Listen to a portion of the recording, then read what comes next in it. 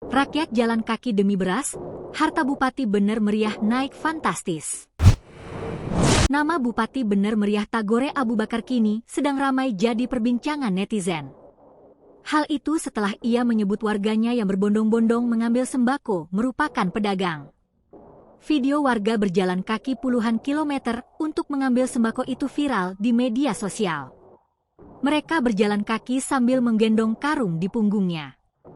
Kemudian mereka berjalan kaki puluhan kilometer. Hal itu dilakukan demi mendapatkan sembako gratis. Namun Tagore membantah kalau orang-orang di video itu adalah warga yang sedang mengambil sembako.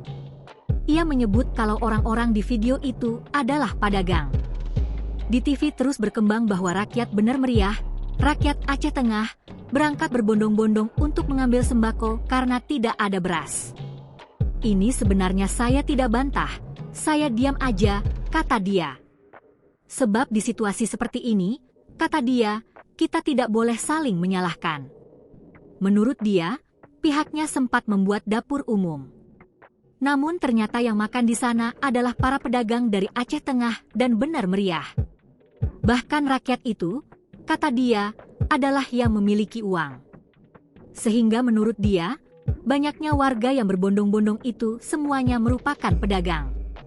Jadi kalau kita lihat yang di foto-foto itu, pedagang itu, jelasnya lagi. Sebab menurut dia, di lapangan banyak toko-toko bertumbuh. Dilansir dari laporan harta kekayaan penyelenggara negara yang dilaporkan 17 Juli 2025, Tagore Abu Bakar memiliki kekayaan total Rp21.228.929.442. Hartanya itu berupa 73 tanah dan bangunan. Kemudian alat transportasi sebanyak 14. Pada laporan terakhirnya di tahun 2011, hartanya hanya Rp3.670.773.445. Download Tribun X sekarang, menghadirkan lokal menjadi Indonesia.